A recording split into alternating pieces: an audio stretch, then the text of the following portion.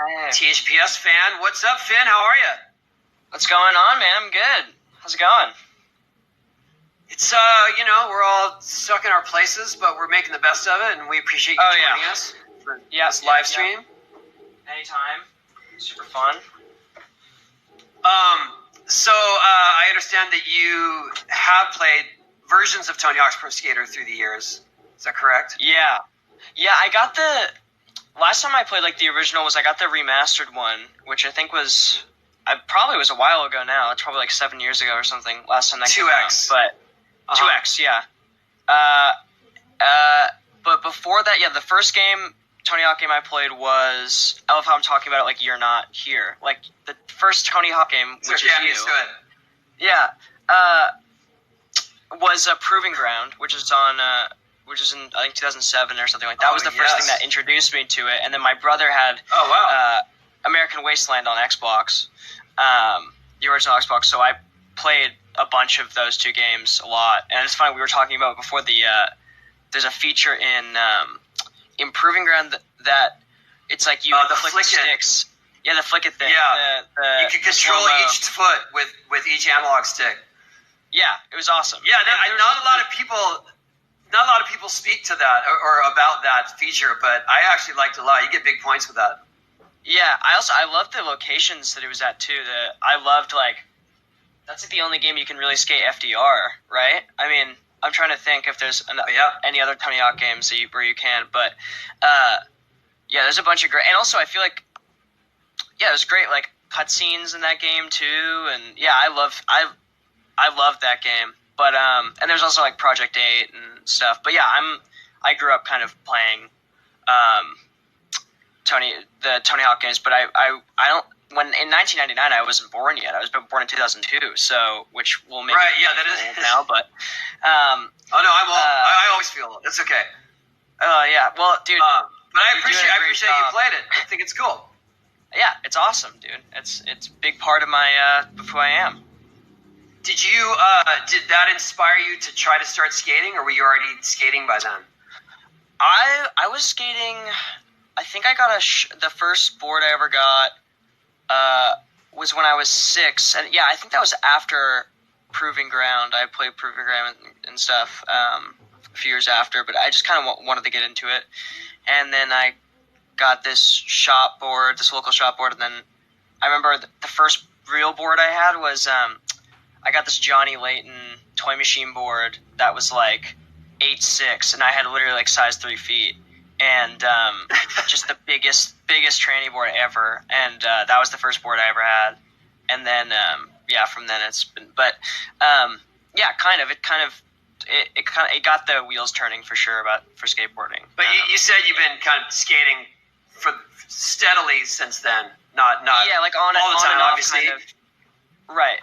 But on and off, I've kind of maintained the same skill level for years. But I mean, I can keep up with people. It's not I can do crazy things or anything, but I can, if I'm in a group of people and we're street skating or whatever, I could, keep up with them. It's not I can. It's really hard for me to push on a skateboard or anything. But I'm not doing backside heel flips down stair sets and stuff. But Hey, neither am I, so it's all right.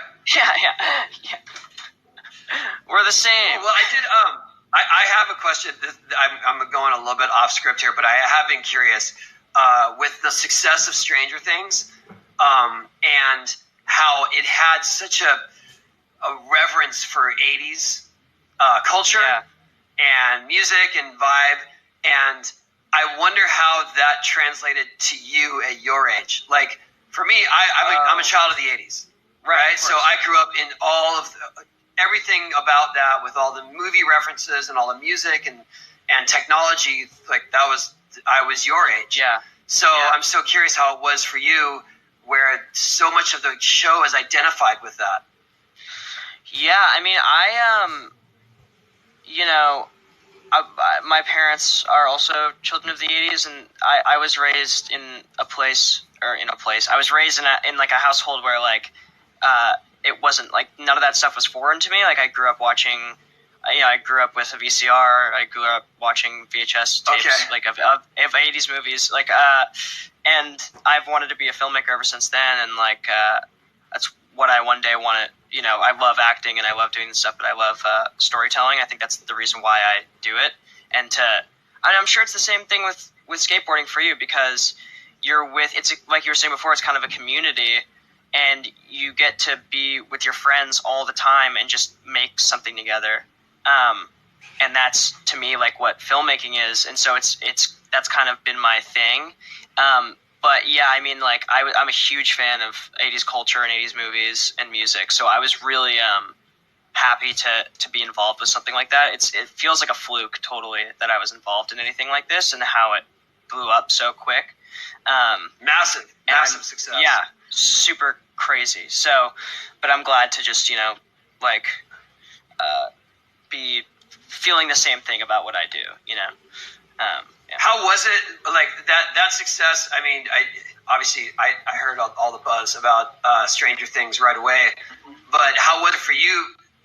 I had a taste of success at an early age, but I was in a sport that it wasn't something that you became rich or famous for. Right. And you didn't have so Street League back then. You didn't, or nor did you have any income or contracts coming in. Right. So exactly. So, like, from the age of 14 up to 16, it was a more underground. But when around 16, all of a sudden things just blew up, and all of a sudden I was making money totally unexpectedly, and I kind of lost touch with what it's like to be a regular teenager. And I wondered if you had any taste of that with that success, where it's like, wait, what does a normal teenage childhood look like? Yeah, absolutely. Yeah, I mean, that's also why I've kind of kept as close as possible with, like, friends that I've grown up with for my whole life. And, like you, I'm sure you had amazing supportive parents, and I kind of have the same thing, and they just support what I want to do. But, yeah, I mean, I get that sometimes. But I think there's a damage to being isolated. That's why I was asking about it. Oh, absolutely. I think what you said about keeping your old friends, same. Like, I have a couple friends that I grew up with. We were skating at an early age, and those are the same friends I have, and they keep you based in reality, and absolutely. Really, it's about who you really are as a person. So yeah, I didn't want to go too deep with that, but no, but that's right. Totally what it's like. I mean, like, you need to have people around you that call you out on your bull crap sometimes. Not just yes men hyping you up. Exactly. You got to have some supportive people around you that'll call you out.